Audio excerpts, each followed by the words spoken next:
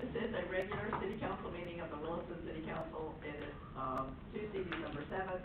It's 6 p.m., actually 6:05. Ms. Wright, if you will call the roll, I appreciate it. Mayor Robinson. Here. Council President Jones. Here. Vice President Robinson. Here. Councilmember Cox. Here. Councilmember Hines. Here. Councilmember Rawl. En route. City Manager Jackie Gorman. Here. City Clerk Latricia Wright. Here. Attorney Kirsten Ballou. Here. Finance Director Stephen Bloom. En route. And all other staff. Present. Here. Thank you for joining us. Okay, if you will, at this time, please stand for the opening prayer and the pledge of allegiance by the mayor. As we approach Christmas, we thank you, God, for sending your Son on one glorious night to be born a virgin, to live a perfect life and to die on the cross for our sins. Thank you that he rose from the dead 3 days later, and that this Christmas and every Christmas we can celebrate the gift of eternal life through Jesus Christ.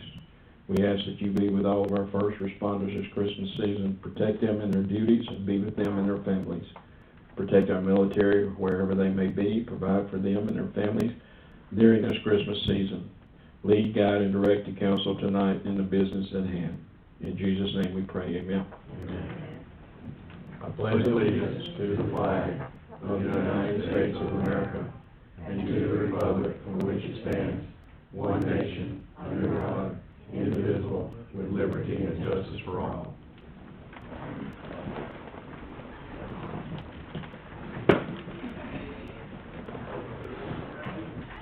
Okay, our first item on the agenda is the additions, deletions, changes, or approval of the agenda. I have one correction on the agenda packet. There's 4 extra pages in there, and I have it deleted now on my copy. Okay, I noticed that. It was a duplicate. Yes. Yes, I did notice that. Thank you. Okay, and that was a duplicate in the packet. The agenda stands as it is. Right. Are there any other? Yes. Yes, ma'am.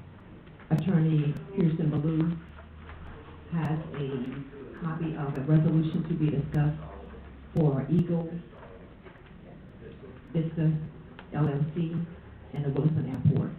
You should have the paperwork on your desk that she passed out as well. So when we get to that section, these are the documents that belong with that. Okay, there's also, what Ms. Laurie is passing out for us now is the,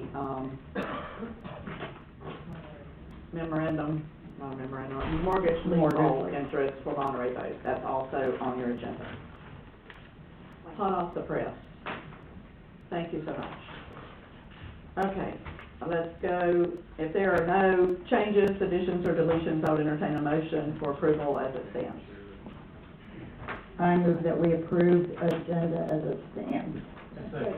Have a motion and a second. Anything further? Please, for the record, show that Mr. Ross is here. All in favor of the motion say aye. Aye. All opposed, same sign. Motion carries. Item number 2 is the public's first opportunity of the evening to speak to us for up to 5 minutes of something that is not on the agenda. Do you have anything you would like to add at this time that is not on the agenda? You have another opportunity at the end, but if you'd like to speak now, we'd like to hear from you. Appreciate it. I see Ms. Appling. Welcome. Good afternoon, Jacqueline Appling Wilson. I'm just standing for a couple of just revisit on some things from throughout the year of our adventure as a friend of the community partnership. Make sure that microphone is on for me. Just have to get closer to it, Jackie. Either that or get closer. You can pull it to you. Okay, is that better? Perfect. Okay, all right, just revisiting some things that happened with our group throughout the year. So it's all been a positive and challenging experience, but it's been a good experience. The first thing I just want to mention and update that one that we'll be having our Polar Express will be at the park on the 18th of December, and that starts at 5. So with that, even though being in the snow and not really in the snow, please come and join us on the 18th at the East Region Park. It's going to start at 5 for activities for the children, and the movie will start at 6. hoping everyone will get to come and join us. The other thing, that I mentioned back in June, my daughter and I and a couple other members will be, energizing the walking program. I think you all remember seeing these shirts when we stood back in June. We have a walking program, we're hoping that we can get started in January and really get it going and kicked off. Just walking, just exercises, enjoying it, just being at the park. So these are the shirts we're working with, Mimi Johnson had printed this one for us. So it's just kind of supporting things at the park. But just getting everyone out and walking from all ages is what we're hoping to restart this program and get it going and kicked off in January. Also, I still have the traveling banner. If you did not see it, then I sent some more in, someone just to hold it. This banner has continued to be traveling with me every event that we can get it to. It's just, I think we still have that same mentality and still motivation to continue being strong at whatever we do, or whatever project is happening in the community we're working. So we still want to keep us focused on that banner. The traveling banner right now, hopefully it will have a home soon. And last but not least, from our committee, the Williston, Friends of Cornelius Williams Community Park Committee, I'm just gonna read a general way of appreciating. We don't have names we'll call, we don't have specific people. It's just a little letter that we've kind of been I've been picking my group and putting things in, they didn't know that, but I have been. So, it just says, Friends of Cornelius Williams Community Park. On behalf of our committee, we would like to thank you for your continuous support and donations of Cornelius Williams Park project. For the past year and 3 months, approximately various organizations throughout the community have used the park for events such as movie nights, Easter egg hunts, Mother's Day, graduations, family gatherings, soccer, church groups, Father's Day, Juneteenth celebrations, is only a few. Because of your generous support and donations during these events, we are hoping that the park will continue to be used for other events as well as shown future progress for additional equipment, pavilions, plants, activities, picnic tables, and other improvements as only a few. The motto continues to be, we are stronger working together for our children, families, and communities. Again, we thank you for your generosity. We look forward to working with you as we continue our adventure of improving the Cornelius Williams Community Park project. We also look forward to extending future appreciations and recognition throughout the year 2022. Sincerely, the Friends of Cornelius Williams Community Park. And like I said, I picked their brains, so they didn't know I was kind of listening to what they were all saying. But it doesn't directly name people. It just says thank you. And we continue to look forward to 2022. Thank you very much. And we thank you, Jackie, and your committee. We do. Thank you for that report. You're welcome. Anybody else for tonight of this particular section of public participation? Okay, then we will move to item number 3, which is the consent agenda, which consists only of the council meeting minutes of November 16th, which were in your packet. I will entertain a motion for approval, if that would be your desire. I'm only going to approve the consent agenda as written. Thank you, ma'am. Second. Have a motion and a second. Any further discussion? All in favor say aye. Aye. All opposed, same sign. Motion carries.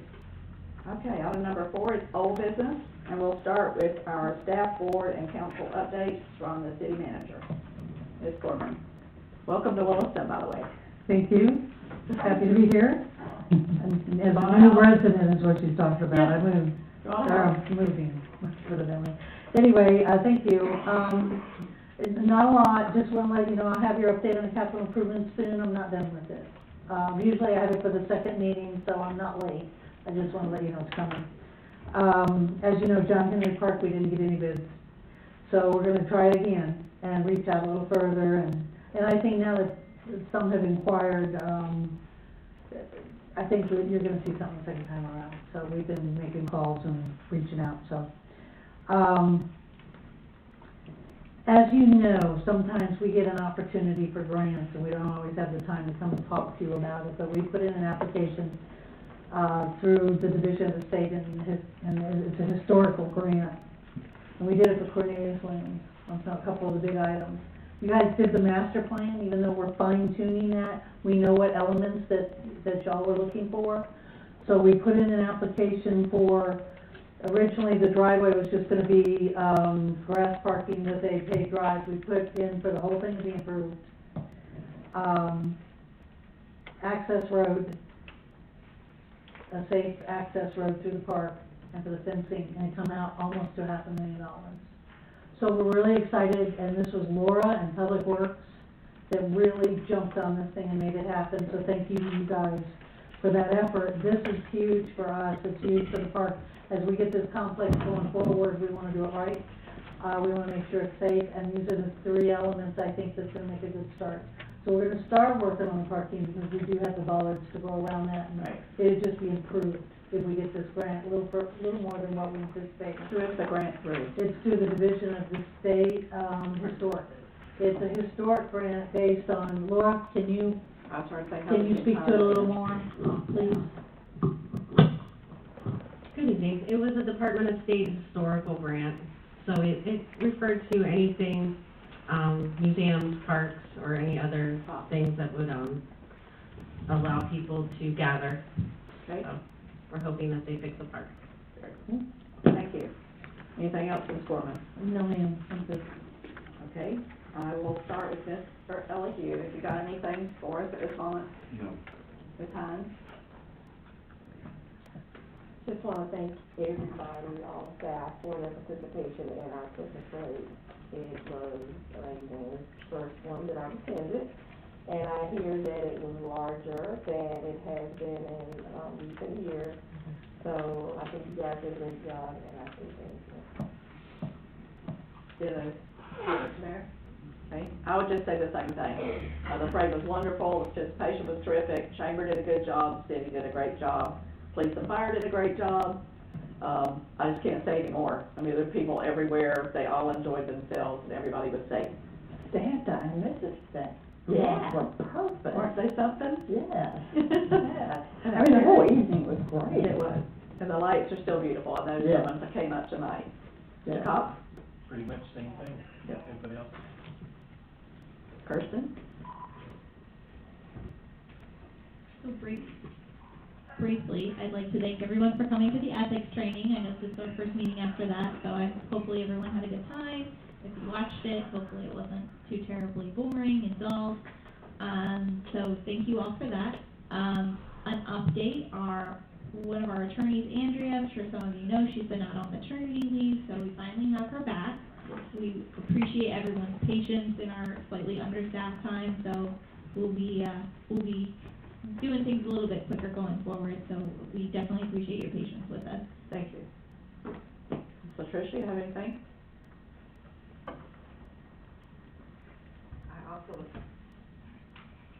I also would like to thank the staff that helped at the booth, passing out hot cocoa. Thank you all for that participated. We gave out a total of 580 cups of hot cocoa. Whoa. Thank you. Appreciate it. Any other staff down, or you gotta wait till the end? Nope. Okay, I guess we'll move forward then. We'll catch you at the end if you have something. All right, 4B is discussion with possible action on the city manager's evaluation form. And we will go to Ms. Delson for this. Thank you. Good evening, everybody. Good evening. I'd like to ask the council if they had an opportunity to review the 2013, which is the last time the evaluation was updated, if you had a chance to review that, and also take a look at the new versions that I created or updated. I wanted to point out one specific change, which is on the first page of the process, number 2 for the city manager, where her evaluation, or the city manager's evaluation, the memorandum, is to include any accomplished projects, pending projects, and goals, just to make sure that we're pointing out the efforts of the city manager and how they are performing for the year and the changes and improvements that they've made, so that when you evaluate the city manager, you have some basis on some of the accomplishments that they've made. So just make sure that that part, that you know that that part is important. I also updated the rating scale and definitions just to make sure that it was in line with projections of what the city manager has, accomplished and any goals that she has there, or he or she has there in the future, just to make sure that that is updated. I also gave some attention to the changes for the economic development section, where the city manager no longer manages the airport, made some adjustments and changes there. Thank you. And I'd like your feedback and your thoughts on the changes that have been made. And also, I inserted and added section 5 for performance improvement plan, just to leave room, not that you need it for this city manager who's done an awesome job, but just for future reference in case there is someone who has some concerns or needs some improvement.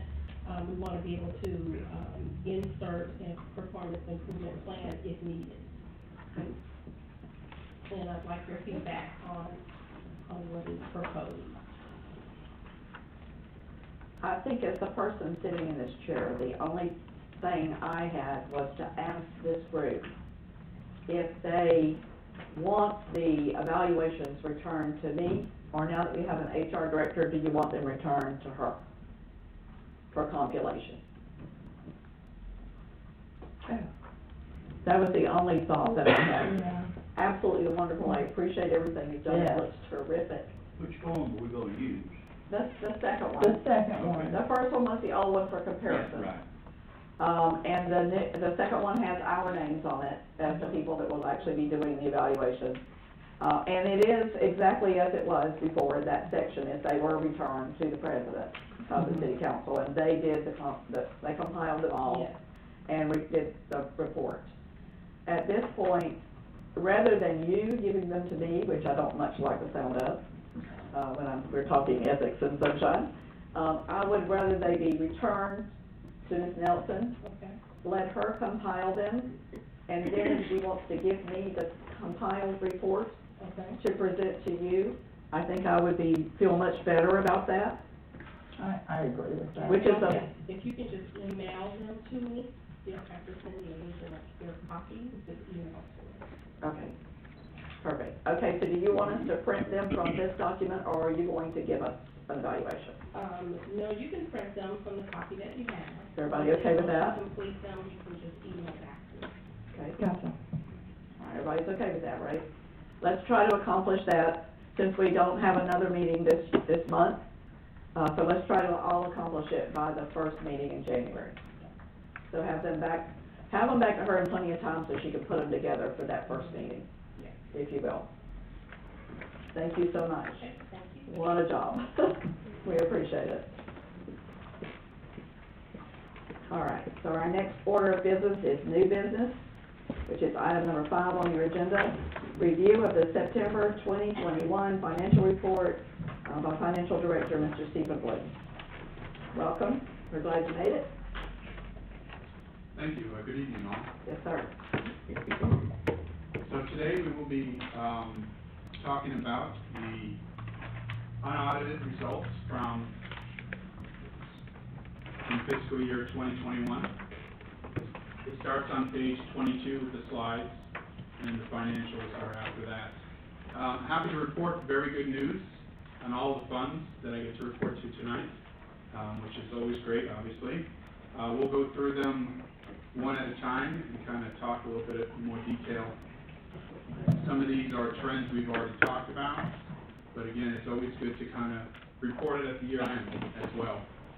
So starting with the general fund, overall, there's a surplus at year end of about $215,000. This is great, you compare this to last year, where I think the general fund was at a loss of about $9,000 or $10,000. So it's really good results. And again, we'll talk about revenue, we'll talk about a lot of things, but as you know, this all comes down to spending, because revenue is usually pretty set, and then when you're able to have a surplus like this, that means your managers have done a great job. And I'll try and highlight some of that as well as we go through this. So $215,000 surplus, that'll go into, some of it into reserves. As you remember, the auditor said your reserves were getting a little slim. It wasn't quite the word they used, but I think that was a nice way of putting it. This really does help, it's important. And then kind of looking forward into your new year, just to kind of touch on 2022, there was a portion of your general fund that did require some reserves. So it's good to know that you're not gonna have to be going back into, you know, the cash reserves. You got something carrying forward a little bit from 2021. Just a couple quick things I wanted to mention. Overall, when you look at your revenue, you know, you'll see a lot of the stuff that's in green, which means they're above your budget. Local tax is about 109%. Intergovernmental revenue about 113%. Way back when we started looking at the budget for 2021, there was a great concern about some of this, you know, interlocal government revenue that was falling well short in prior years. It's good to see that, you know, we were able to exceed our budget. And then the miscellaneous revenue is high. We know about the land sale that we had, that shows up in your miscellaneous revenue. That certainly is a part of this. From the spending side, you know, police did a great job. We talked about them quite a bit, but they came in at 95% of their budget. So really good job. And then we talked about fire quite a bit, but I think it's important to note that about $51,000 in offset revenue came back from the additional contract. And again, that contract wasn't for the full year.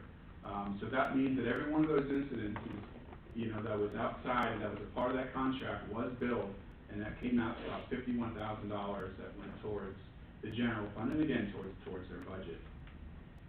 A couple of the other places, you know, we talked about the city council, you know, increase in pay, and that'll be fixed with your next budget. Legal has some litigation, public works has severance pay. So there are some things, but again, with all of this, you know, including capital, because I put capital in here to make sure you got a full picture of the general fund, not just operations. To be able to have this surplus is really good. Okay, so from there, let's talk about the airport. Again, it's always great to be able to go from fund to fund and have great news. The airport ended with a $171,000 surplus. You know, they came into the year with about a $20,000 fund balance, let alone a surplus. Now, some of this is from timber sales, which certainly helps. But their year-over-year fuel sales increased by 28%. Wow. Now, we know last year obviously was, you know, not a great year to be comparing it against. But still, I mean, 20%, that's about $251,000 of additional revenue. Again, that means obviously you're buying fuel, so it's not 100% to the bottom line. But it is always, you know, great to see. And again, this puts them in better position moving forward. You know, they're, you know, constantly looking for grants, but just in case there's a grant that might need a little bit of, you know, a city match. Now they've got some working money there to be able to cover it. So, you know, very good results for the airport. The CRA fund has about $120,000 surplus. There wasn't, you know, as much activity as you know, budgeted, but what this means is that the available reserves or fund balance for them heading into 2022 is about $475,000. So obviously they've got some projects that they're working through, and now they're going to have those reserves. And again, they will still get in 2022 the normal amount of money, and probably extra that comes from the county, as well as the city kind of match. So that, again, that puts the CRA fund in a good position as they move forward. I know that, you know, 475 is probably not even going to cover all their projects. They've got more than that they're looking towards, but again, it's always good to have a reserve balance, and they'll work through that. CalLink now is going to be obviously a standard part of your financial structure moving forward. The grant that came in was about $86,000. That's only partial, as you know. And then, you know, some of that was already spent on capital and some equipment items. And really, the only thing reported is about $72,000 left. This is kind of a more to come type of a situation when it comes to CalLink. Utility fund. So the utility fund generated about $268,000 in surplus. And obviously we talked quite a bit about, you know, the surplus, but you know, when you look at the revenue, it's important to note, you know, water came in at 110% of what we budgeted. Sewer came in at 107% of what we budgeted. Electric was actually a little bit under budget at 96%. Solid waste was at 95%.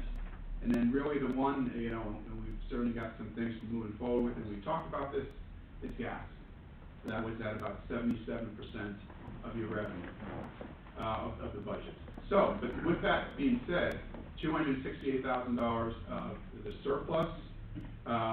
When you look at the next slide, one of the things that I did want to do for this particular meeting was to give you, and this is kind of a starting process of looking at consumption, maybe on a quarterly basis.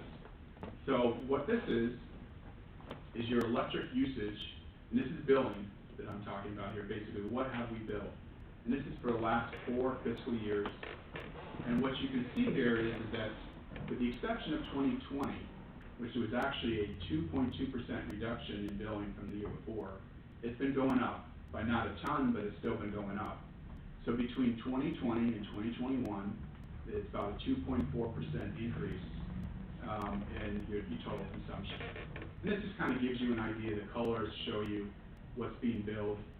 Blue is residential, you know, commercial demand, commercial. It's kind of a way of seeing where we are, especially when we start talking about the rate studies and looking at, you know, how that was built. This is a good way of just kind of keeping an eye on that.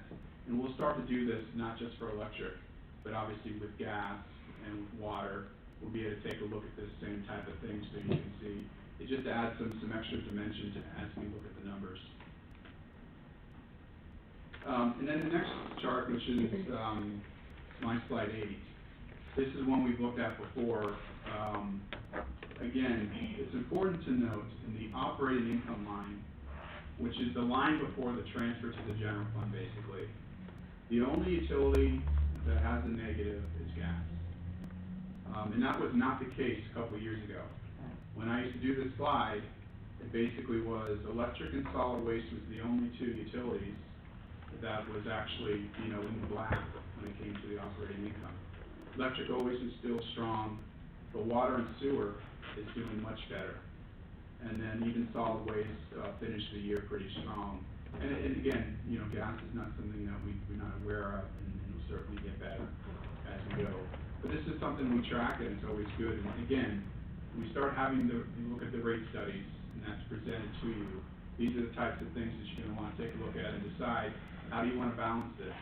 You know, is it always going to be electric strong and some of these others, or is, you know, what we want, which is they want each utility to stand on their own. And that's kind of, this is kind of the showcase there. I'm not going to spend a ton of time, but I do put in here details on all your capital projects that you're working throughout the year, and then also your capital spending in terms of vehicles, you know, utility infrastructure, anything will go into here.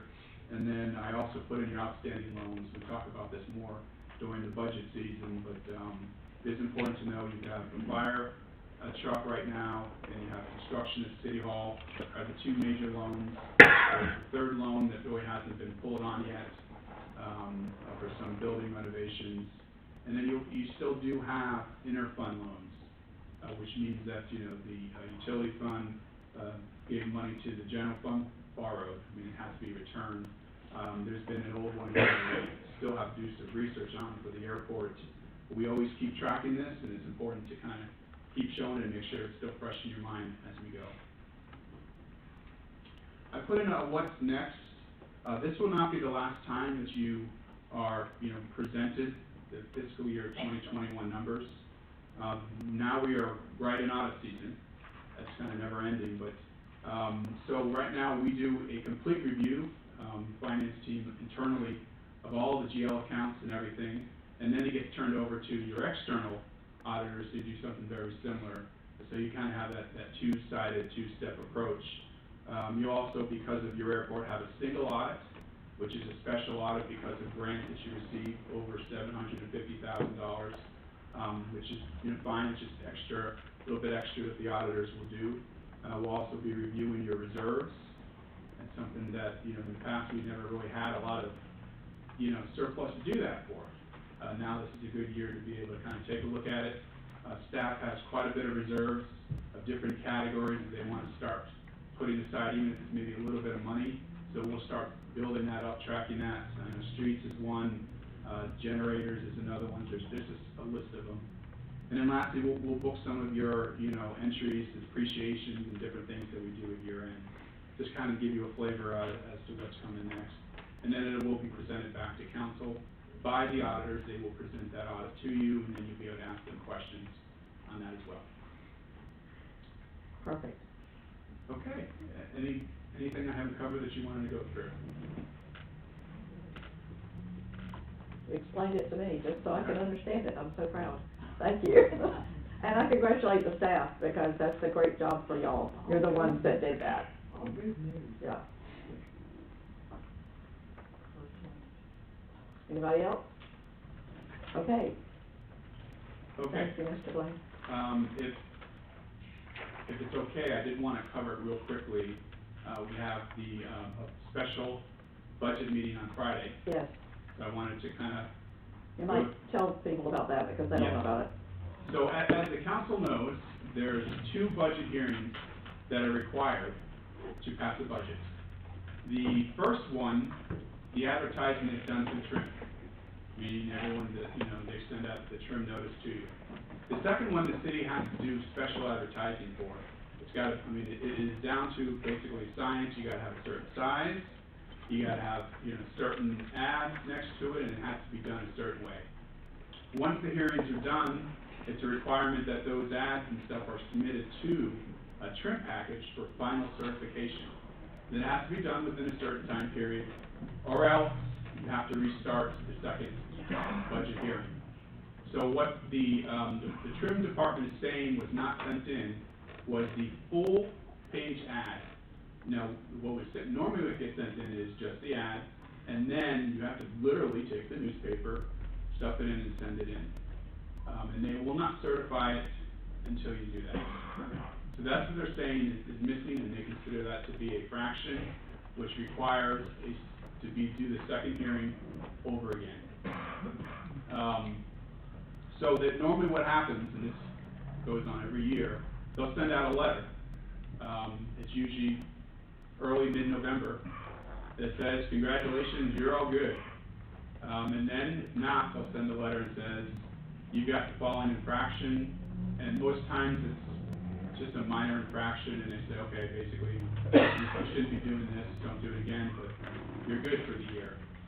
This particular one, because they did not get that, and because the letter gave a certain time period to do it, to reply, you have to restart. You have to re-advertise, and do the second public hearing over. So that's kind of, we did advertise for it, and then so you can have a public hearing 2 to 5 days after you advertise, and it's Friday to try and get it all done. Now, and as part of the compliance of this, we believe we sent it in. We had early discussions, I think it was early part of November, where we confirmed this. They say they never got it. There's actually an appeals process, because I went back and forth quite a bit with them on this. The problem is that it's just the timing of this is just not worth it to go through the appeals process.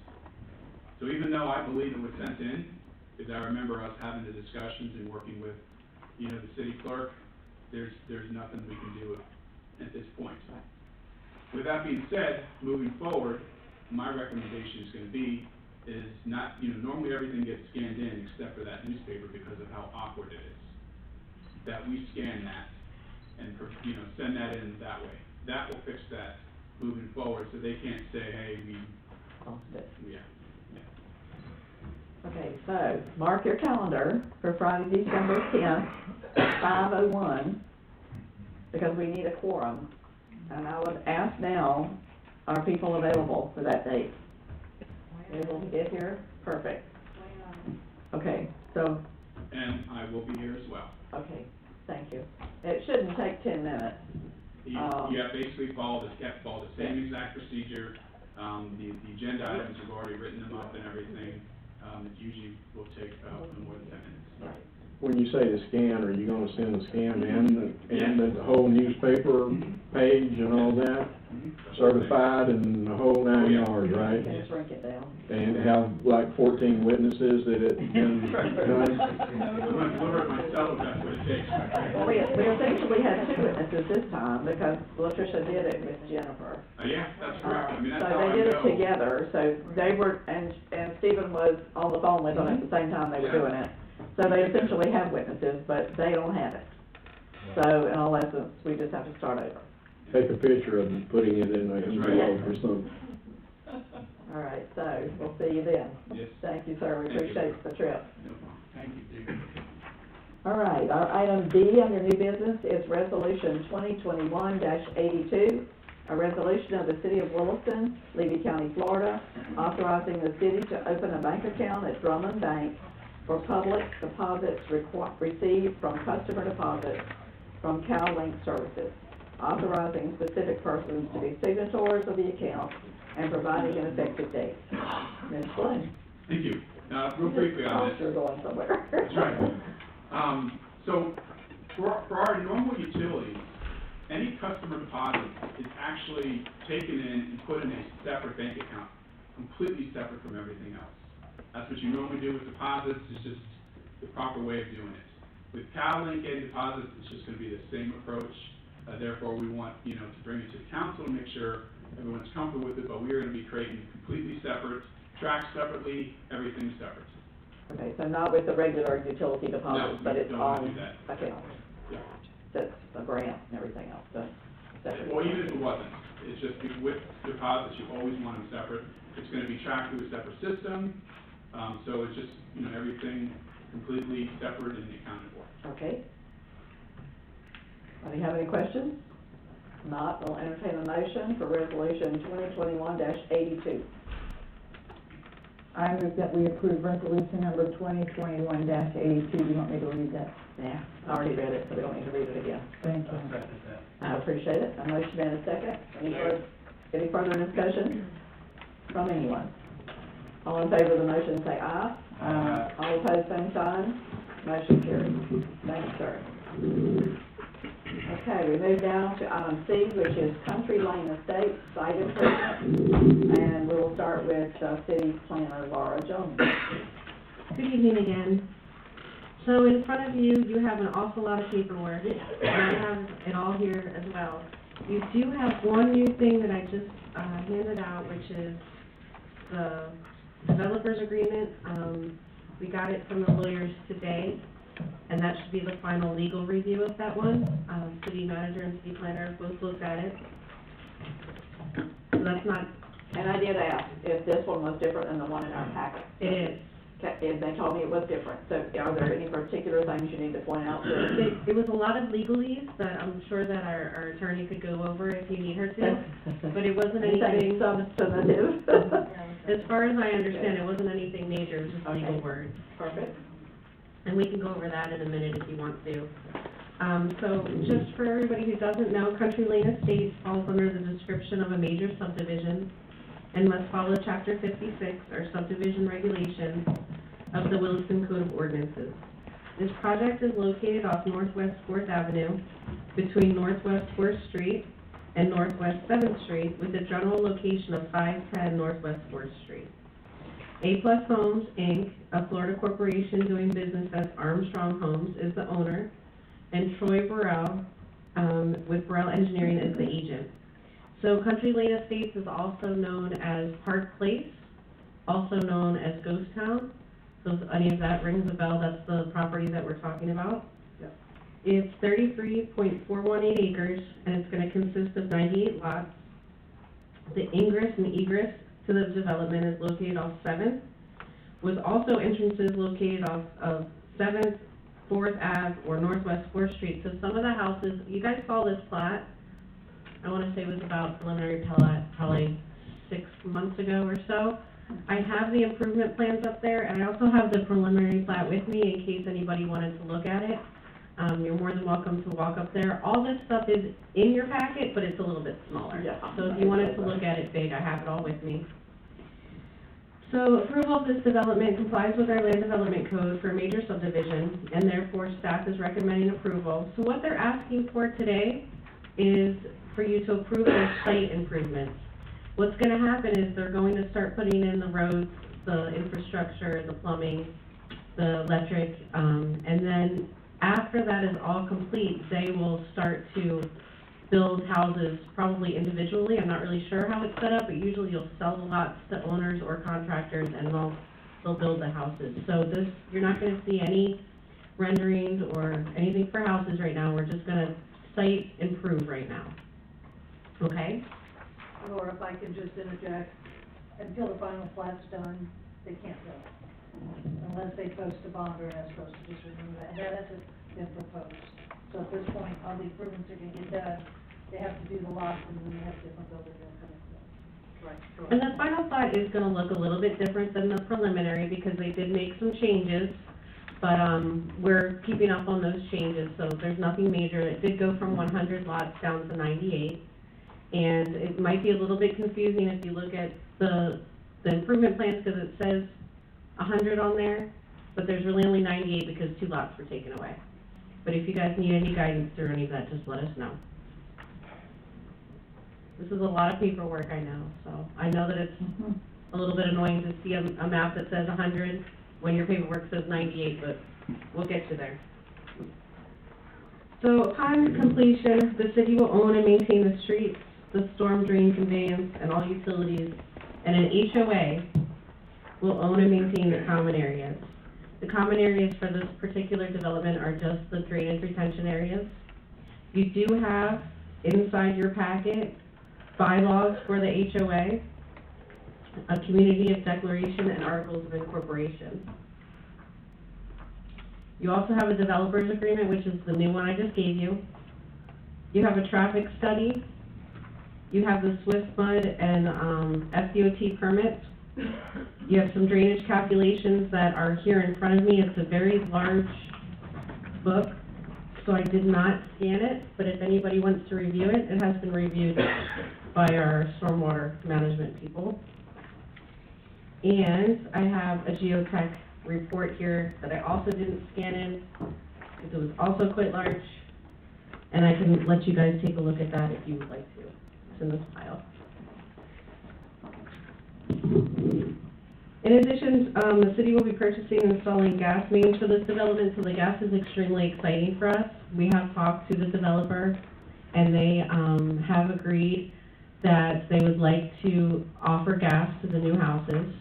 So the city has offered to install the gas mains, and then the houses will just be like regular permit, where they'll do it from the house to the main. But that's gonna be 98 homes, hopefully, that have access to gas, so that'll be a really big deal.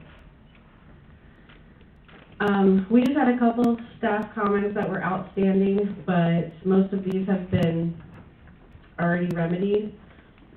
We just talked about the gas lines. A tree survey won't be conducted, because they won't be able to save any trees, but they will reinstall 2 trees per property. The city would like to install the gas lines at our expense while construction is taking place, and the developer will install a new lift station to accommodate the development prior to final approval. Now, it's a little bit complicated with the new lift station. They're going to make one next to the old one so that service will never be interrupted. And we're very thankful that they're gonna do that for us, because that's a big expense, and we know that the lift station that we have there will not be able to accommodate 98 more homes. So, And this particular lift station is the one that's down off 7th, not the one on 4th. Is that correct? Okay, because there's 2 there, right? Making sure I got the right one. it's Peggy O'Neill's lift station? Yeah, off 7th, Yeah. not the one near the tennis court on 4th, No. which are both kind of in the vicinity. So, as far as an overview, that's all I have. We have some representatives here, so, everybody who would like to speak. We have Mr. Burrell, right? What are the differences in the agreement? Ms. Baloo said that they were mostly legalese. She can go a little farther if she'd like. the differences in the agreement are very minimal. They are mostly, a combination of Mr. Gooding's boilerplate language, our boilerplate language for these kinds of things, and a marriage of those together. So those are really the only. No, nothing significant substantive. changes. Gotcha. Thank you. Troy Burrell with Burrell Engineering. And Ms. Jones pretty well covered the project. As she said, it's 98 lots. It started out as 100 on the preliminary plat. But going through the process of drainage permitting with swift mud, we ended up having to expand the drainage areas, and we ended up losing 2 lots. And also, I mean, as was discussed here, the part of the tree survey, we know there's a lot of trees on the site. But again, during the drainage design, one of the criteria is what's called the seasonal high water table. And it limits as to how far down you can make your pond. So basically, the pond bottom is what drove our project, and then we had to raise it up to get storage in the ponds, a bunch of lots higher than the banks of the drainage area. So there's a majority of the sites either in a couple feet of fill or some significant cuts to try to balance the site, which we didn't actually managed to accomplish. But because of all the earthwork taking place on site, there's just no way to save any of the trees. I've done development for many, many years, and we went on different places and tried to save a tree here, a tree there, and invariably within a year or two they died. So that was the thought process of, okay, if we promise, and it's in your developer's agreement, but a couple of trees per lot as they build the homes, then in a few years you'll have a nice tree development that'll have trees in a location that'll survive, and you'll still, manage to do what you were hoping. As far as the lift station, yes, what we did is, I think it's called lift station 15 is the correct number, but yeah, when I know right here went in and did their analysis, it doesn't have anywhere near the capacity. So what we've done is right on the very corner of our property there, we put the wet well in our property, kind of adjacent to where one of the drainage areas is, where we got room to dig it deep enough to get a good wet well in. And then we'll put in our little valve vault, probably just on the Peggy O'Neill side of the park, with the idea that hopefully there's one big oak tree right there on the park side, we won't impact it. And I'm thinking rather than tear out the old wet well, we'll probably just backfill it with sand so we don't disturb that little gazebo that's also right there close to it. And try to minimize any impact at all.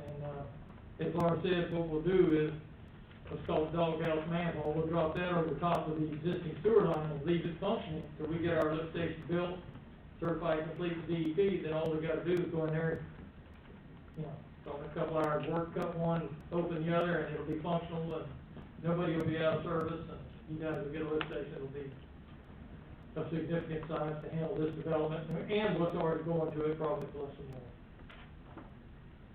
That's the biggest thing I can think of. That's the good news. Yeah. I was one of those people who reviewed the plan with planning and zoning. I know Mr. Bullish here somewhere, there he is, behind you. And they were concerned about the trees as well. Just go in and clear cut everything, and knowing the big beautiful trees that are in there, it was disturbing, and it disturbed me as well. And I've heard that explanation a couple of times from staff. And I guess we're gonna have to live with it. I'm not real happy with it, but. I mean, I can give you an example over in Terra Vista. We did a lot of work there, and we did one project, or one road, went over and talked about the highest hill out there. And realistically, to make everything fit, we probably should have cut 10 or 12 feet off the hill. There was 3 or 4 nice oak trees there, about like what you've got out here. Right. So we widened it out, made a median, about a 20-foot wide median, didn't cut it as much, left it at natural grade. Within 2 years, every one of them was dead. And they since went back and planted trees in there. You wouldn't know the difference. I mean, they're nice, big, beautiful trees. I mean, maybe not 80-year-old ones, but they're, in 10 years, some of these oak trees will get 8 or 10 inches in diameter. As somebody who lives on a lot where they clear cut it, and who's lived there, I've lived there since 1974. And I've just now got trees of any size that are producing shade of any kind. So it takes a long time to make a tree that actually does some good. The beauty may be there when they're smaller, but the shade that they provide, it takes a while for them to get there. So I just hate to cut huge trees. And like I said, there's nothing we can do about it, but. With the size lots that you've got here, I mean, by the time you clear it out, I'd say 90% of them are gone anyway. That would be gone anyway. But by the time we fill a couple of feet around them, Yeah. I'm not a landscape guy, but I've always been told if you put more than about a foot of dirt around a base of tree, it gets. Right, right. We've got that same situation. I'd love to see it. I mean, you can see my yard, it's full of big oak trees, Right. but from a practical perspective, it doesn't seem to work. Anybody else have questions or comments? It's a lot to undertake. Yeah. I do have a comment. I want to thank, get word back to Mr. Armstrong. Thank you for working with us on the gas. That was a tough negotiation. Public Works really worked hard on this. I worked with them. I think, Chris was great in working with the new builder, because as you saw from our financials, our gas utility needs, this is gonna give it a boost. So there's, As you know, that's one of our initiatives now, is get that utility out of the red, and this is a good start. But we thank him for cooperating with us, and it's not our code mandating it. Right. And this was great, so we really appreciate that effort. Well, I think it's a win-win for everybody. I do too. Most of the developments that I do, they do try to put gas in, because having that option for the homeowners, seems like an awful lot of them choose at least some gas appliance. Right. can save you a lot of money Mhm. at this point. Have a question. Yes, ma'am. How much is it gonna cost us to put the line out there in that subdivision, the gas line? Donald, do we have an estimate on that yet? I mean, they've been working on it because it's a separate design. So FGU is working with us on that, and Councilman Hines, and what they've provided for us, and I'll provide to the council, is an actual, if we do certain work, if we have to hire someone, the option that the Public Works likes is that we'll do all the exterior and pipe it into the gate station, which is right there at the sewer plant, and then all the internal lines will be done by a contractor, and the payoff is what you go for, and the payoff, I can tell you, is 5.3 years. So in 5.3 years, we go in the positive in the revenue, and the project is paid for, the infrastructure is paid for, and they say basically anything under a 10-year payback, you're doing really well, so we're at almost half that. But as far as the specific number, we have a sheet from FGU, and I'll provide that to council for you. And that's an estimate of how many homes that actually, Yes, ma'am. get gas. Yeah, I think they did it based on 90%. So it's all the figures that are there, and there's 5 options that are there. One, we do all the work, one, we do none of the work, one option, we do part of the work, and so there's different options there that they laid out. They each have different varying payouts. But we have a new gas crew, and the council gave us more personnel, and so our goal is to be able to do all the exterior and tie it into the gate station. And as I said, the payoff on that would be 5.3 years. Witt. Are these quarter acre lots? Pretty close, that might be a 10, and I'd have to look at the preliminary plan and see what they're actually calling it. Do they have an estimate of what these houses are gonna sell for? I wouldn't have any idea on that. Awful small lots. I think most of the lots are 75 by 125, So, or something close. I mean, when you look at it, you can see the actual, if you find the right page, it'll actually give you the dimensions. Some of them are 77, some of them are 75. I think I saw one that was 74. I think they're pretty close to quarter acre. Maybe Yeah. just a teeny bit of. When- I can tell you, the trend is it's getting smaller. And the person, not the company that has it now, but the company that originally platted this subdivision, if that's the right word, I'm not even sure that's the right word. They originally had 125 by 125 lots, and they came and asked, I was on the Planning and Zoning Commission at the time, they asked us to reconfigure them to 75 by 125, which is the same number of square feet, in order to make the lot long enough accessible for a pool, somebody should want to put in a swimming pool. That's why the extra 25 feet was put on the back. That was their reasoning at the time. And of course, this is a totally different builder now. Oh. So. Anybody else have questions for Mr. Burrell? Anybody have questions for anybody else, for staff? Okay. Questions on the developers agreement, the homeowners association, anything? I have questions about the traffic. Of traffic, okay? Yes, sir, come right on up. I know your name, but if you will state your name for the record and your city of residence, we would appreciate it. Paul Missile, City of Willis. Yes. I live on the corner of, 7th Street and 4th Avenue, which is the intersection that's gonna be most affected by this development. I've talked to a lot of people around the area concerned about this, and the biggest concern is the traffic. And we're trying to understand why all the traffic is being dumped out on 7th Street. Why isn't there an exit from the community onto, the east side of it? Because a lot of traffic is gonna be going east to Gainesville. Why all of it should be dumped on 7th Street? They're either gonna have to either go down 7th Street or around the other way, and they're gonna end up going that way anyway. Why was it designed this way? Does anybody have an answer for that? I can try to answer you. Yeah, okay. I'll sit down. Is there an exit on 4th Street? No. Okay, just the homes that are on 4th Street? Correct. I don't have a 100% answer, just to give you a little background. This was originally designed by another engineer with my firm, so I wasn't personally involved in what some of the considerations were, but we picked up the same preliminary plat that had been approved years ago as Park Place.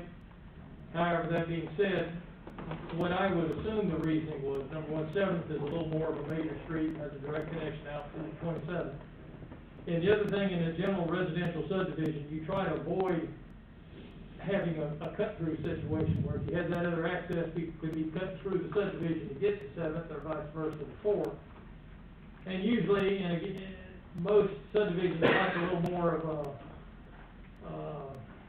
secluded feeling of it, whereas, you know, don't really have a through road running through the middle of the subdivision. They like the loop or a cul-de-sac, and so again, I don't have a firm answer for you, because we picked up an old one and basically modified it, but I would guess that's probably why it was laid out that way. If I can add to that, Troy, the way our code reads is all of our streets, if I can explain this right, all of our streets are looked at as the level of service C, like a report card. You have C. Any impact from a development that lowers that below a C, they have to do improvements to bring that back up again. That's how they work their traffic study. We made them do a study. And the study did not indicate that it was going to lower that level of service. So we felt comfortable that the intensity was not so great that it was gonna cause a problem. Now, as we go through, naturally, like Troy said, you have different classifications of roads. You have residential, where you want your kids to be able to play. Then you go into a little heavier, when you have a collector that might connect two major roads. Traffic's gonna go a little faster.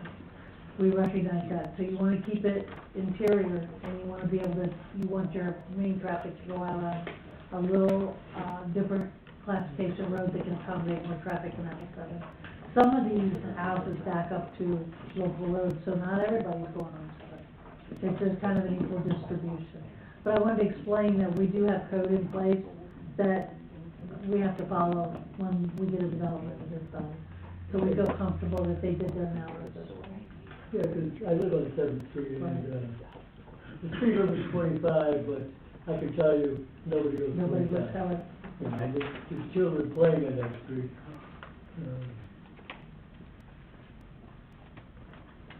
And there is a copy of the traffic report if you'd like a copy of this. No, I saw it, I read Okay, it, but, you did. you know, Shows the number of trips and the times of day and the peak traffic and that yeah, sort of if I had a degree in traffic, I could read it. Right. All right. Okay, any questions from the council?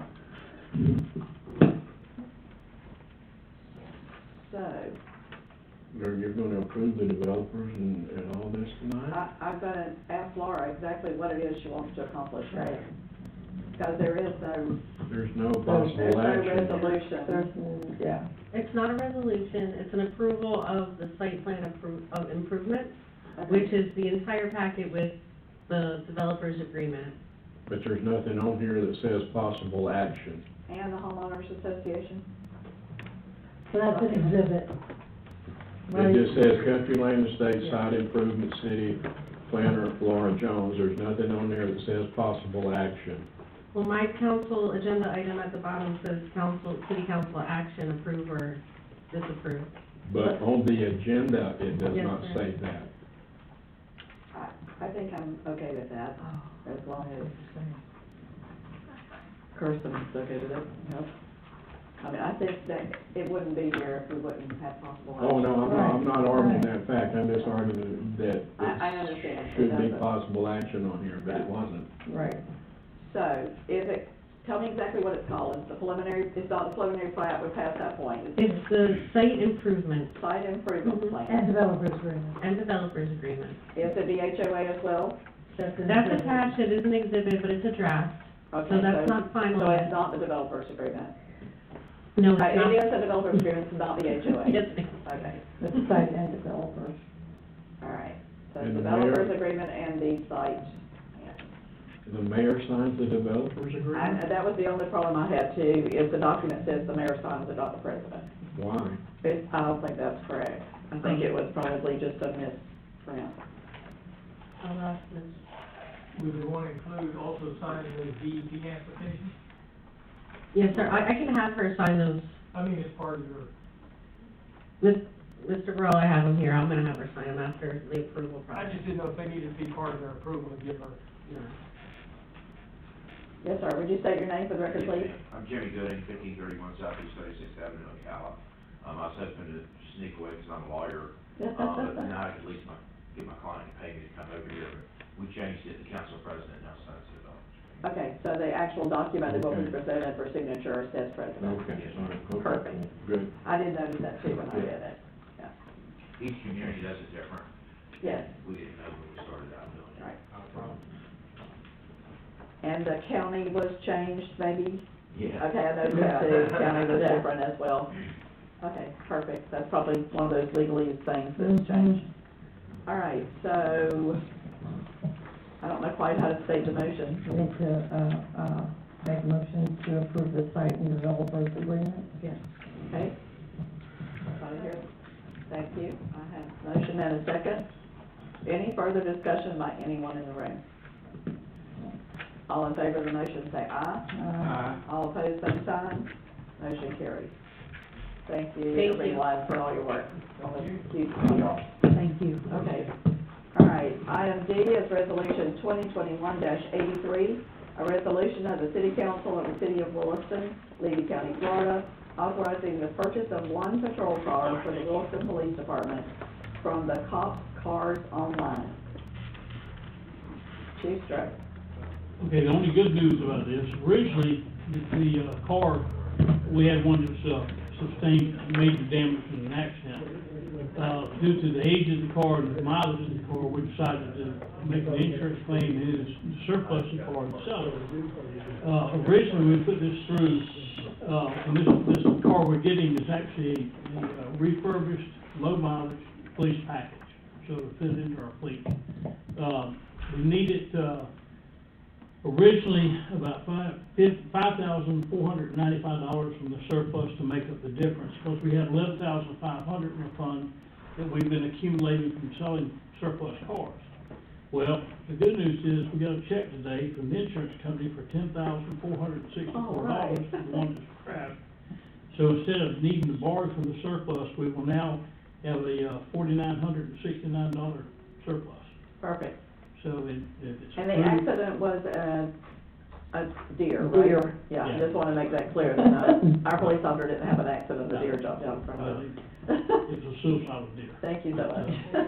All The, right.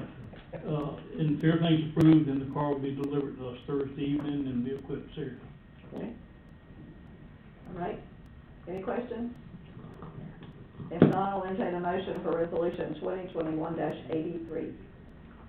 I make a motion that we approve resolution 2021-83. Second. Have a motion and I have a second. Do I have any further discussion by anyone? All in favor of the motion, say aye. All opposed, same sign. Motion carries. Thank you for accomplishing that for us. Okay, item E, resolution 2021-84, a resolution of the City of Williston, Levy County, Florida, authorizing the City Council President to sign an agreement with Wright Pierce to provide city standard engineering details and specifications for construction and development, and seeking and providing an effective date. You do have that, agreement in your packet. I believe it starts on page 194. Actually, 201. 201. It's kind of duplicated in there. Oh, this is the duplication. Yeah. So we move past one to the second one. The 201 has the memo, and I'll Okay. explain that pretty quickly. Perfect, Are go you ahead. ready? Yes, ma'am. Mhm.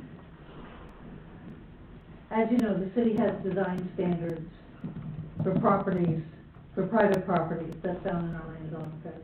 So when a developer comes in, they can go to our land development code and they can see how certain developments are to be completed. But what we do not have is engineering design standards that talk about our public roads.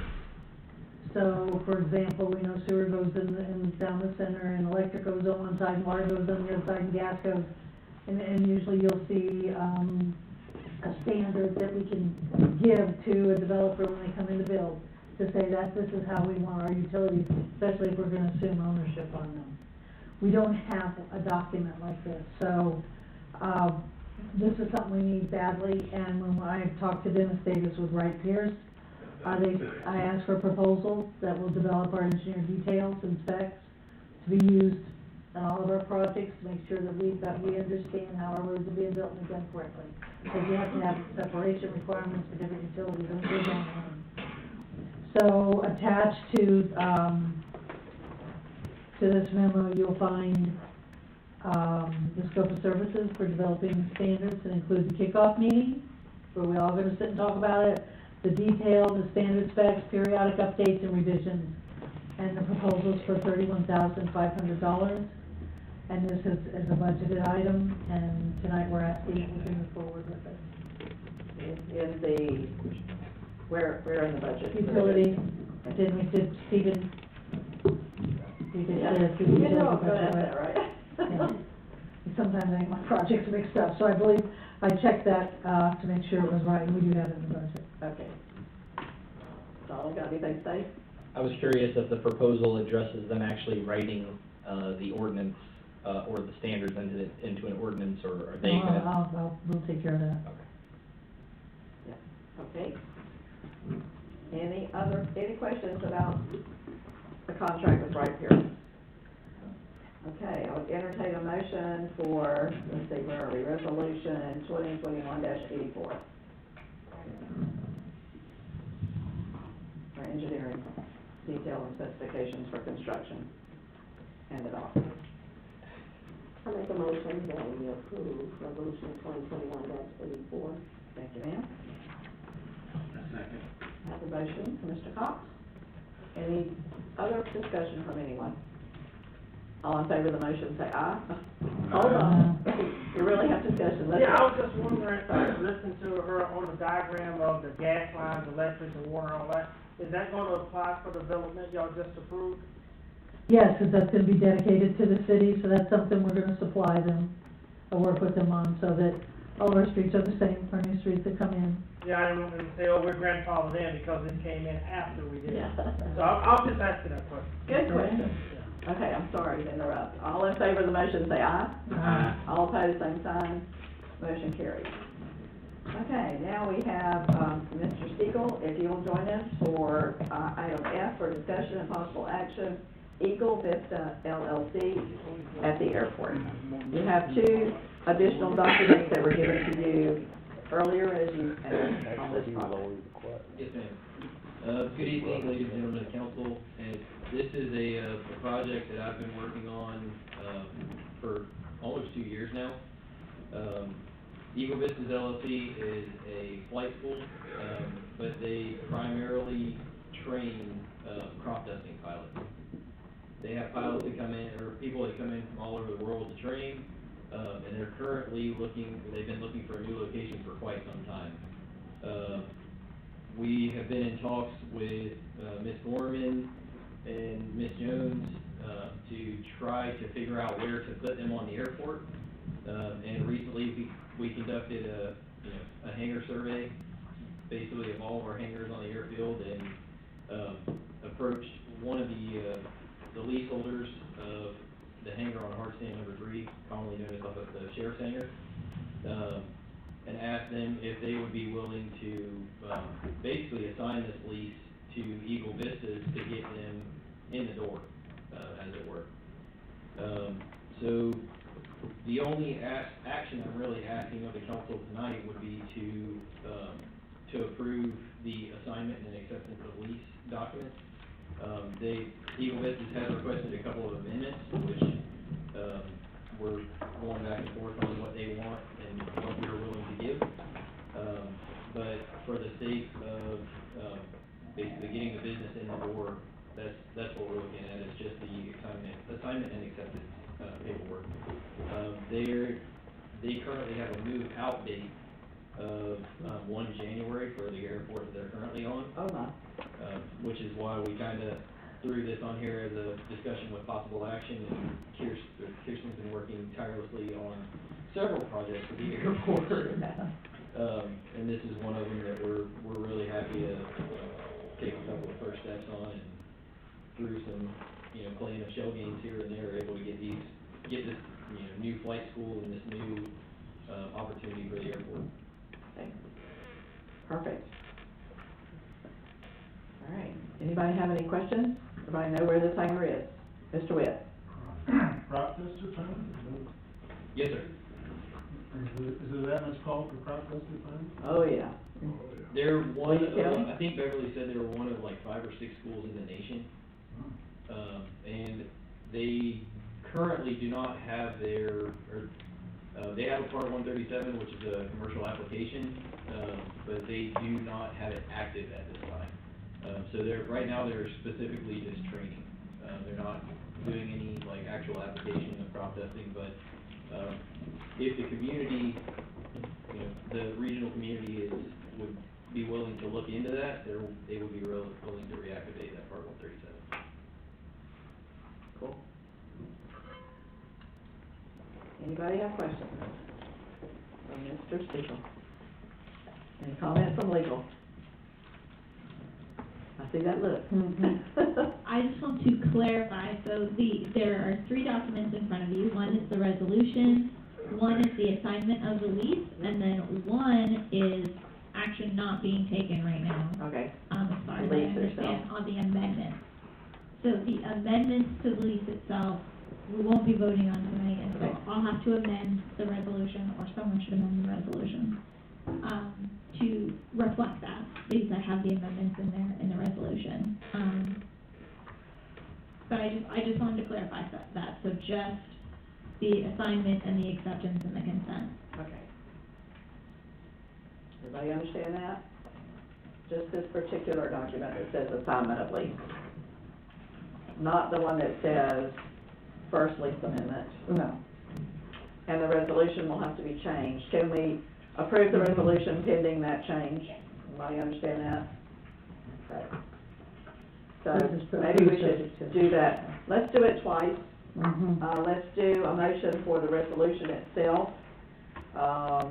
Did we assign a number? We need a number. I'm sorry, so we don't have a number. 2021-87. Brandy, 2187. Which will include removing the lease amendment document and only leaving the assignment of lease. Correct? Yes, ma'am. Okay. So I'll entertain a motion for resolution 2021-87, resolution of the City Council of the City of Williston, Florida, approving the assignment of lease and accepting the assignment between Dennis Molman, Eagle Vista LLC, and the City of Williston for property at the airport identified as car stand number 3. And authorizing the City Council President to execute the necessary documents and providing effective date.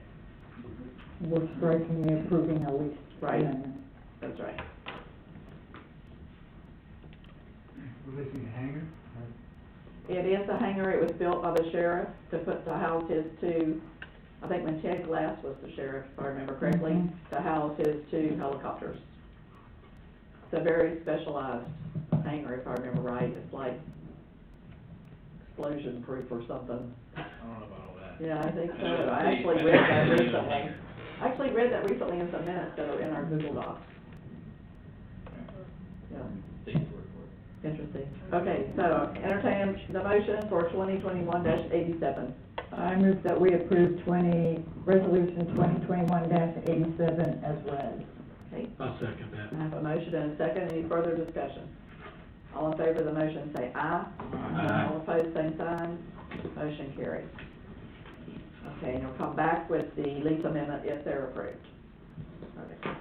All right, then we're gonna move forward to the next airport item, which is item G, discussion of possible action of the Passero contract and I don't have that. Does anybody have that? No, Okay. I do not. So it's just for discussion? basically, we had a meeting earlier today, and Passero has been, talking to us about their contract, and while the contract doesn't expire, it says every few years that we should, go out for an RFQ. And basically, that's what we were trying to get accomplished, by this council meeting, was to, really get the RFQ, watertight.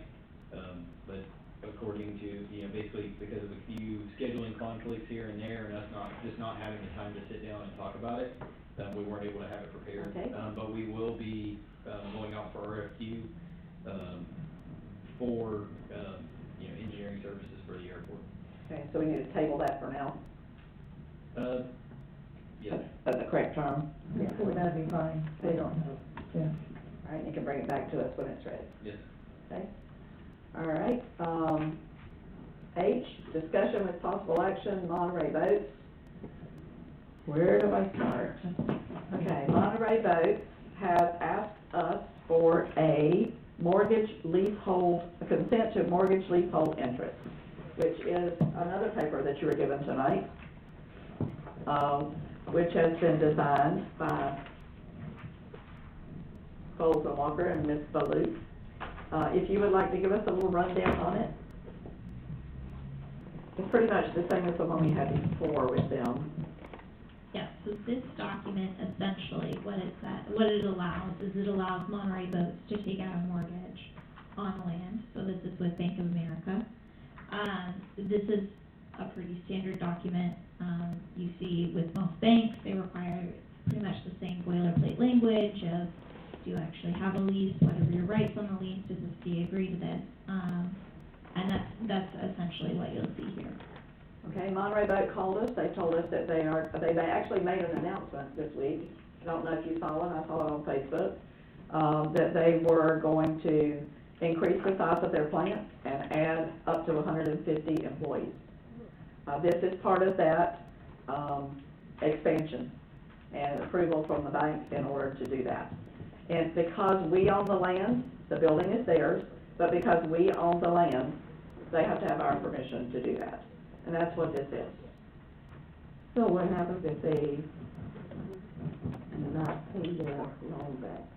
It's on them. It's on them, not on us. So we don't, we we can't lose land, Yep. they just lose the.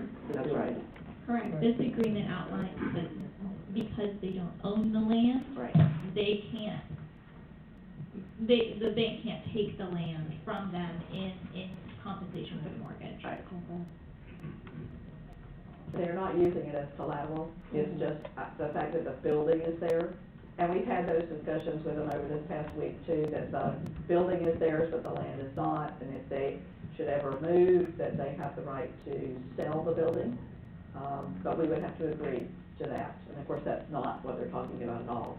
What they're talking about is expanding their business and adding 150 more employees, which we're very excited about.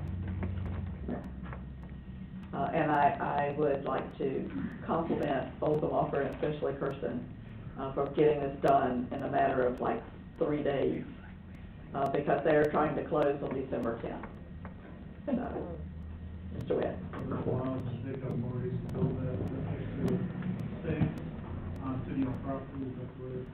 It is, say that again now? It allows them to take out a mortgage on the building that they're going to construct on city land.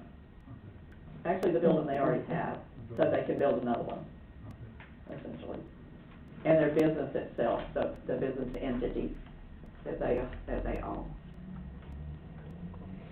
So.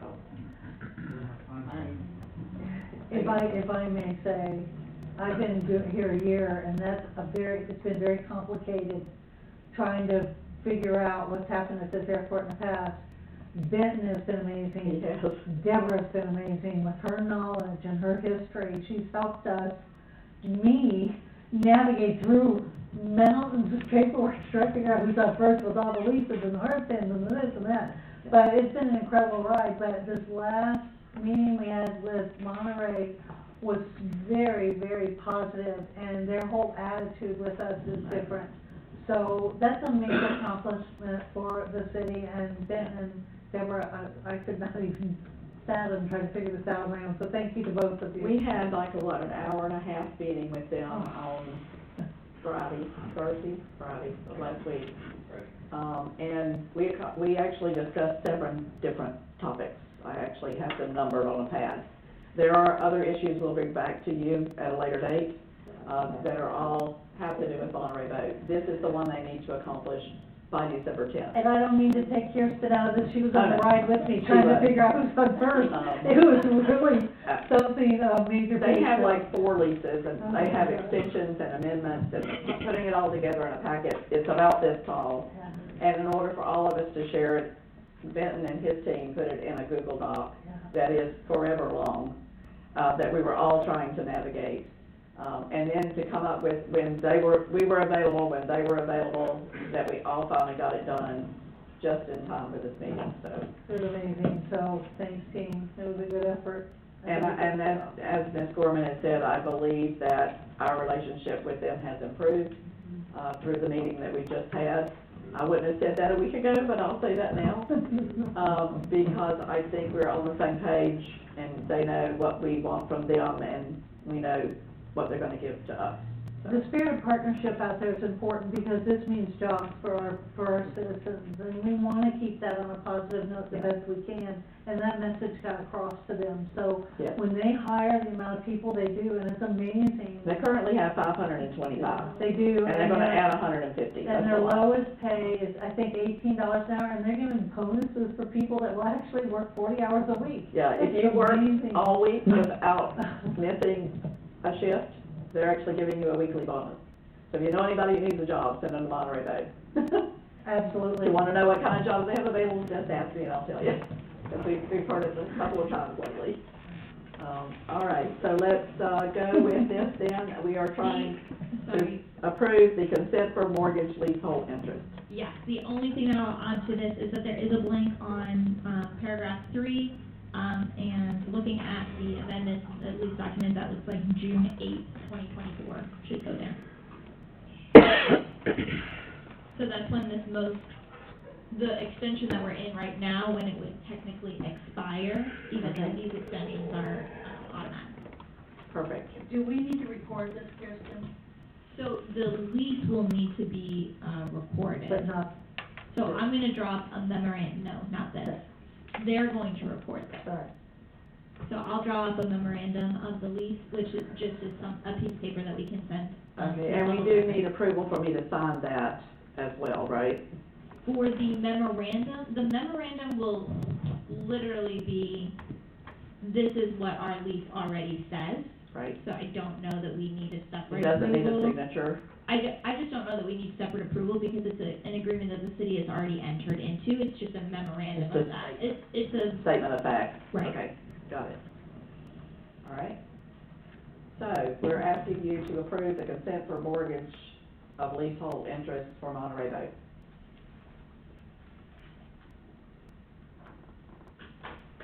Hold on. Sorry. That was the motion. That was. I move that we approve the consent to mortgage of leasehold interest with Monterey Boat. Have a motion and a second. Any further discussion? All in favor of the motion say aye. Aye. All opposed, same sign. Motion carries. Thank you so much. Thank you. Okay, item I is discussion with possible action of the city clerk's evaluation. Okay, Ms. Latricia's city clerk evaluation is scheduled for the month of December. I'm going to ask that Ms. Nelson do the same exact thing that she's just done for us, for the city manager, if she will review, the actual the evaluation document, bring it up to current, and bring that back to us at our first January meeting. Do we have a new form? I'm gonna ask her to do one for us. Alright. Yeah, because I believe it will need to be updated. And if it needs to be changed in any way, please work with, myself or whoever you would like to try to do that. What I think we've discussed is there's evaluation for myself and of course, because I'm under contract. We want to do another type that's similar for our department heads. Right. And then we want to do another for our supervisors and then one for our general employees. That's all consistent. This year, we're going to be working on just goals and objectives, but we hope to work towards beginning merit in the next budget. I know the two of you have had a lot of discussions on that. So we get it in place now, and at least, even though we're not on an anniversary or anything, we get goals set, and get everybody on point. Right. That's a measuring tool for management, and that's gonna help us, so that's what we're hoping to accomplish, just to say how we. And if you can get that, you know, as you said, for the different stages of employee, that will be great. We could just use them for everybody. Sure. And I know you're probably doing that already.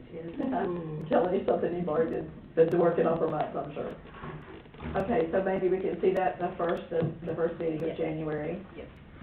Okay, everybody okay with that? Good. All right, Ms. Patricia, you okay with that? Okay. All right, we are again to item number 6, which is public participation. If we have anyone who would like to speak to this group for up to 5 minutes on anything that is not on our agenda tonight, now is your time. Nobody online? Okay. So we move then to item number 7, and I'll ask, first of all, I'm gonna ask Mr. Carson. I talked to him, but just before the meeting started, I'd like for him to give us an update on the Wilson Community Animal Shelter, because things are happening. All right. Good deal with Monterey, providing, 98 homes already bought. Yeah, there you go. The 501 has moved forward with the groundbreaking with the new animal shelter.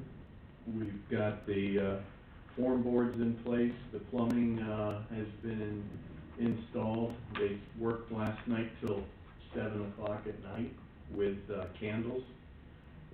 Tomorrow is electrical, and the HVAC will be in place for the Thursday's inspection.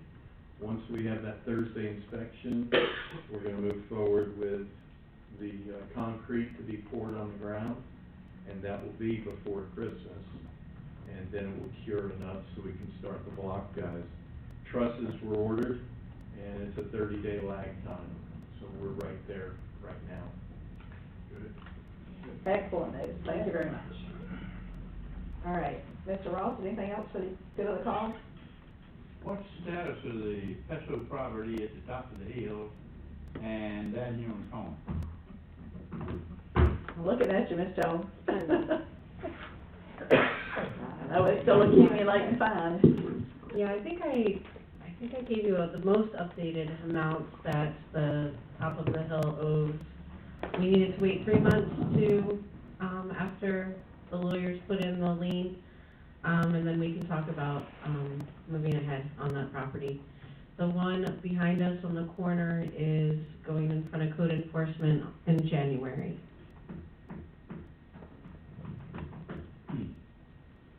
Not much. Anything else? It's fine. What's the status on the, overgrowth east and west of northeast 11? Have you talked to the owners or anything of it yet? Northeast 11th, is that what you said? Mhm. Northeast 11th. Are you talking about by the power lines or on the easement? I'm talking about just down from the, laundromat. The laundromat.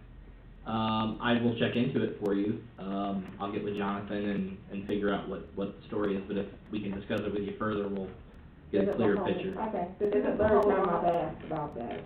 Okay. Is it the whole lot? Is that, okay, so, Mr. Carson may need to be involved in that. If it's not city right of way or retention ponds that we own, it may be more code enforcement. I know we did one cutback, but as Ms. Jones just mentioned, we can only cut back to what our property and our right is. So if it's something further, I mean, I can definitely look into it. I'm sure Jonathan would know the answer, but. If it's the property. But it is overgrowth, that has been there for a while, and I believe we actually cited a house that was behind then it. that's code For enforcement. overgrowth. Yep.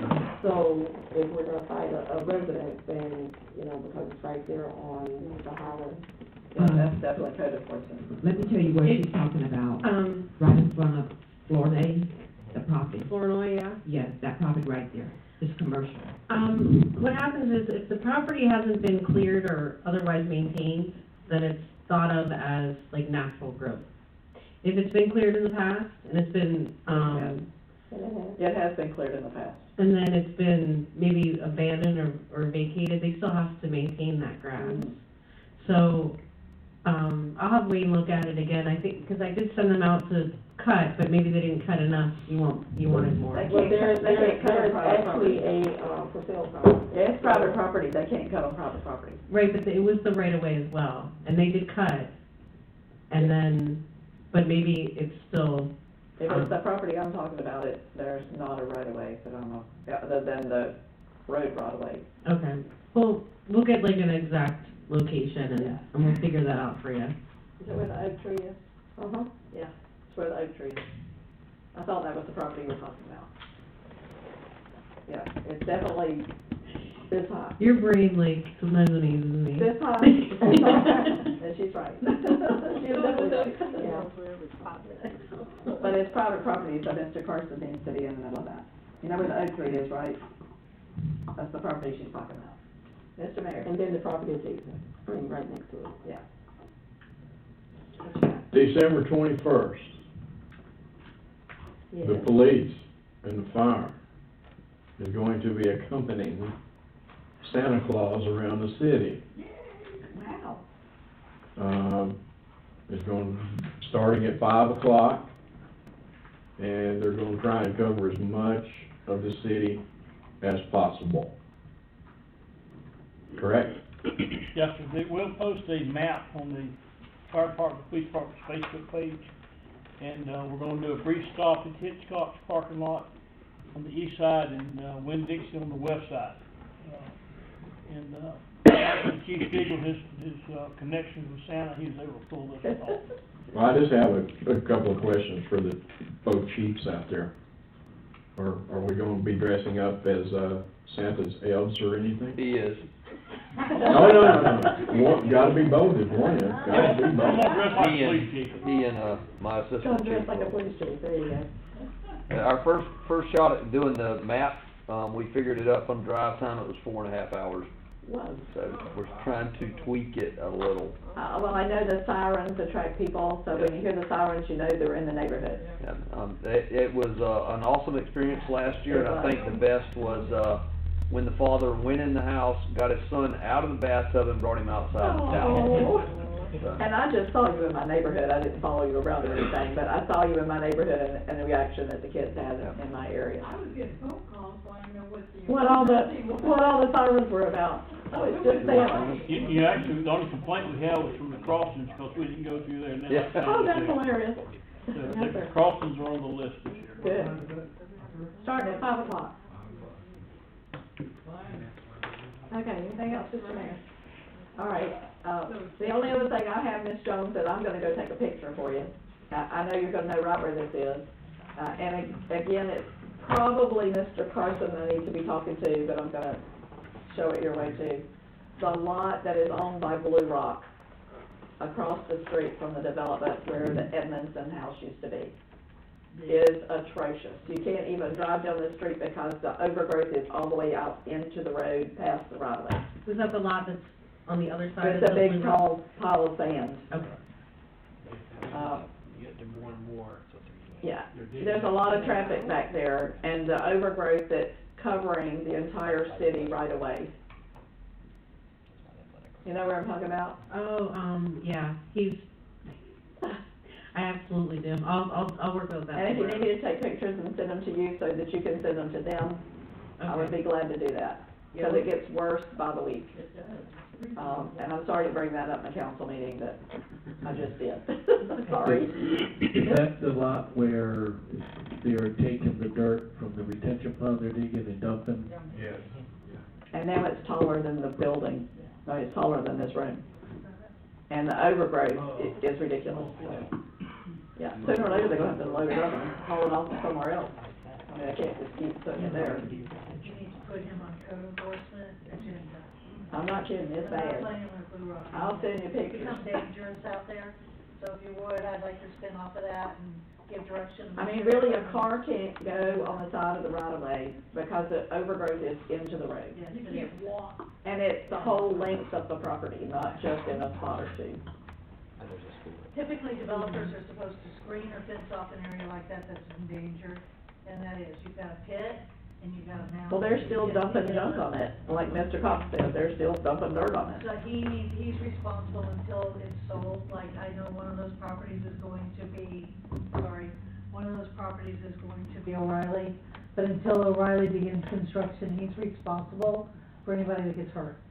So we really need to move on making him either fence it off or clean it up to where it's not dangerous. And this is the property behind that, Laura across the keeps street talking from about it, O'Reilly. Right, but he bought that property He did. originally He did. for a retention pond. Yes. And Laura's been trying to get him to cooperate. I'm asking that you put him on the next agenda as an emergency order, and if he doesn't comply, fine him. One of the problems that you have is actually at the southwest corner of Southwest First Avenue and Third Street. Third Street? Third Street and First Avenue. Okay. Okay? If you're coming north on Third Street, Can't see. you cannot see oncoming traffic to the left. Can't see around the overgrowth. It's not as much as the lot's overgrown itself, but the real problem I have is the right of way. Is what's on the right of way. And That's again, exactly that's a right. private street, when I first Yep. sent it into the city, that's a private street, so we can't do the right of way. Right. That is it's totally blind intersection. Yep, and I've been meaning to take pictures and just send them to you, so I wouldn't have to mention it, I'm sorry I did. But I'd be glad to take the pictures if you need them for them.